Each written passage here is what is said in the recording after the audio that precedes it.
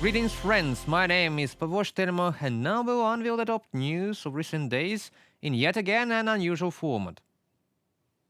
Ukraine is conducting a military operation in the Kursk region. Commander-in-Chief of the Armed Forces, Alexander Syrsky, reported how it continues during the Supreme Commander-in-Chief's meeting of the staff. As noted by Volodymyr Zelenskyy, we have instructed the Minister of Internal Affairs, other government officials, and the Security Service of Ukraine to prepare a humanitarian plan for the area of operation. Mr. President of Ukraine, Supreme Commander-in-Chief of Ukraine, we are continuing the offensive operation on the territory of the Kursk region. Currently, we control about 1,000 square kilometers of the territory of the Russian Federation. Groupings of troops performing assigned tasks. Battles are actually taking place along the entire front. The situation is under our control. The European Union supports Ukraine's intention to protect its territorial integrity, including with the help of the operation in the Kursk region of Russia. This was stated today during a briefing in Brussels by the representative of the EU Foreign Policy Service, Nabila Masrali. Also, according to her, the equipment that Ukraine receives from EU member states at the expense of the European Union budget and can use on the territory of Russia is intended for protection against aggression. We are fully standing behind Ukraine's legitimate exercise of its inherent right for self-defense and efforts to restore its territorial integrity and sovereignty and to push back and fight the illegal aggression by Russia.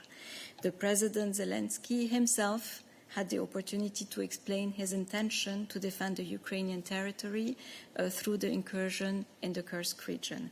As for the military equipment, what I can say is that the member states provide military equipment to Ukraine, for which they can request partial reimbursement through the European Peace Facility, and the equipment is intended to help Ukraine defend itself. And again about Kursk. Today we have Glenn Grant, a former advisor to Ukraine's Ministry of Defense and the British military, a political and military expert in our studio. We'll talk about the Kursk operation with him. Greetings, Mr. Grant. Greetings. Thank you very much for asking me. Yeah, it's a great pleasure to see you in our studio. And my first question will be that what is the purpose of Ukraine's operation in the Kursk region itself? We have heard from General Syrsky yesterday that it is officially a Ukrainian military operation with Ukraine taking control of over 1,000 square kilometers of Russian territory right now. It's a very good question about what is the purpose. I think we need to go back to before the mission started and just ask ourselves, why was a mission, any mission, necessary? And it's quite clear that Ukraine had lost the initiative and has lost the initiative for some months. And that means that the opposition, the Russia, was allowed to do pretty much whatever it wanted to. It could put its soldiers where it wanted to, it could attack where it wanted to, and it could move its logistics around pretty much where it wanted to. This operation has changed that dramatically. It was needed badly politically, it was needed badly militarily. And we've seen that so far there's been an initial success in that, whether it was intended to do this or not, this operation has completely upset the Russian system, all the way down from Putin down to the troops on the ground. So you could say that if that was the objective, it's achieved that. Now, there are all the advisors around the world and the press are all writing what they think the objectives are. And they range from people saying it's just another opportunity to kill Russians, or we're heading for the nuclear power station, or we're going to capture Kursk itself, or even some sort of suggesting that we're heading towards Moscow. I think that basically it was the reason is simple. Something had to be done, and this was it. And what's next? That's a very good question. Okay, so most of the people I've heard say they are encouraged by this operation, this attack. Maybe if it was a disjunctive, like disruption operation, to shift the initiative from Russia, because we haven't very tough battles near Pokrovsk right now. Everybody remembers Bakhmut and Avdiivka, the sieges of those towns. And right now, Pokrovsk is under siege too, in a very difficult situation. I've heard that Russians are moving some regiments from Kherson and Zaporizhia and Kharkiv directions to reinforce Kursk. Maybe they are preparing a counteroffensive to push Ukrainian forces back. Oh, I think they're going to have to do something, because the Russian population is not going to allow its government, its military, and Putin to do nothing. So Russian credibility internally means that they've got to do something, and that means they've got to move people from somewhere else. Now, of course, the danger for Ukraine is that if Ukraine does not continue this in some way, that Russia will get the initiative back again. And we don't want that.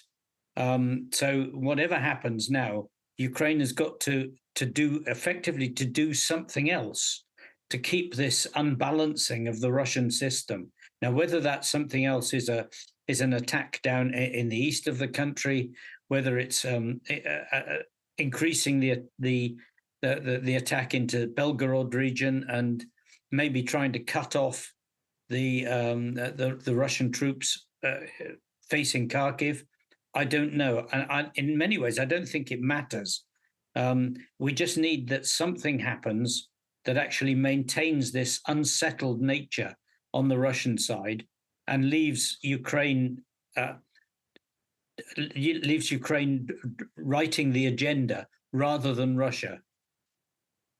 Do you think that this initial success, will kind of ease the restrictions of the United States, United Kingdom, Germany, other global partners of Ukraine on the use of long-range weapons? We've already heard that Bundeswehr and the German government allows to use German weapons as the Ukrainian forces intend to, but we have heard a rejection from the United Kingdom on the use of Storm Shadow missiles as of now, and the US are against the use of ATACMS deep into Russian territory too. Do you think that will influence our partners' decisions? That's a good question. And it's one I simply don't have an answer for at the moment. I mean, I think that what is clear is that this attack will have embarrassed a lot of people in the capitals who were beginning to write Ukraine off, because they could see the attacks in the west, in the east, and were beginning to believe that okay, we've done all we can, Ukraine is going to lose. Well, this has just made it quite clear that Ukraine is not going to lose, and that there's still a lot more to play for. So I think that there will be some changes in thinking, and hopefully those changes in thinking will lead to maybe a bit more enthusiasm about the support, and a bit more enthusiasm about Ukraine being able to win. Russia has been shown now that it's not the big monster that many people like to think it is. It's weak. And Ukraine needs to keep that weakness open until Western countries come round and realize that this war can be won. It's not just a long-term stalemate. Thank you. Maybe a final question, or rather, I want to hear some words from you. Do you encourage Ukrainian army to continue these operations? Ukrainian people, you can appeal our viewers and say something. You've been in Ukraine, I mean, in 2014, 2015 as an advisor. What would you like to say to our people right now? Well, I think the first thing is that this has shown very clearly that Ukraine can win this war. Russia is not the great monster that everybody likes to think it is in the West. It's a winnable war, but still people have got to take it seriously that it's winnable. And that means government's got to take it seriously. We've got to cut this corruption nonsense and got to start focusing things. And I'm afraid that some of the people who've been a little bit reticent about joining the army, they need to join the army now, because now is the time that this thing can be changed. And my last thing, of course, is we mustn't lose the initiative again. We've got the initiative. Now we have to keep doing things that really upset Russia. The more we upset Russia, the more Putin gets difficult and the more things will go wrong. And that's what we need. Extremely grateful to you, Mr. Grant, for your commentary and for your words. Thank you for being with us. Have a nice day. Not at all. Thank you very much. And God bless all those who are fighting at the moment in the north. Drive them into the sea. Thank you. Thank you very much. So, have a nice day. Take care. Thank you. Okay, the Colonel Glenn Grant was in UATV studio. We talked about Kursk and about the initiative that Ukraine has regained after this operation. Volodymyr Zelenskyy held a meeting with a delegation of the United States Congress consisting of Senators Republican Lindsey Graham and Democrat Richard Blumenthal, who are on their visit to Ukraine.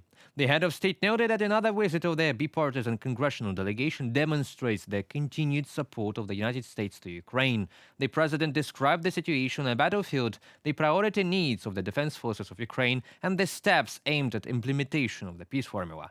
During the meeting, the parties also discussed further support in strengthening our country's defense capabilities, enhancing economic resilience, and restoring a just peace for Ukraine. Thank you so much for coming. First of all, we're thankful for your support. Thanks to Congress, bipartisan support, to President, and of course to all the people of America. You are very welcome. You are not the first time. I think you know about Ukraine a lot, and we're thankful that it's not the first time during the war. Very important signal of your coming, supporting Ukrainians. Welcome. Happy to see you. Well, we're here because we want to take back a message again about the importance of, again, providing the military aid, another supplemental. We hope by the end of the year, we're going to be working nonstop on it. I am going to be proposing legislation, we are proposing legislation called Stand By Ukraine, which codifies the bilateral security, make sure that it's in the law, not just the president. Obviously, we want it to go beyond this president.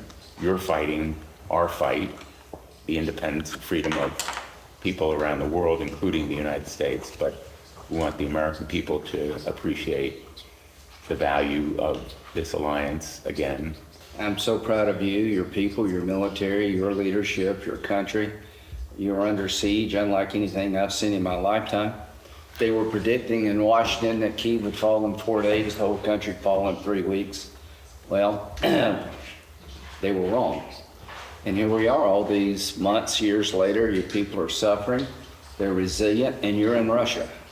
Bold and brilliant. Well done. Ukraine has received 4.2 billion euros from the European Union under the Ukraine Facility Loan Program. This was announced by Prime Minister Denis Shmyhal. He recalled that since the beginning of the EU has provided Ukraine with more than 12 billion euros in budget support. Let me remind you that the EU ambassadors approved this tranche of macrofinancial assistance under the Ukraine Facility Program at the end of July this year. The program is aimed at supporting the macrofinancial stability of Ukraine and the functioning of its state administration.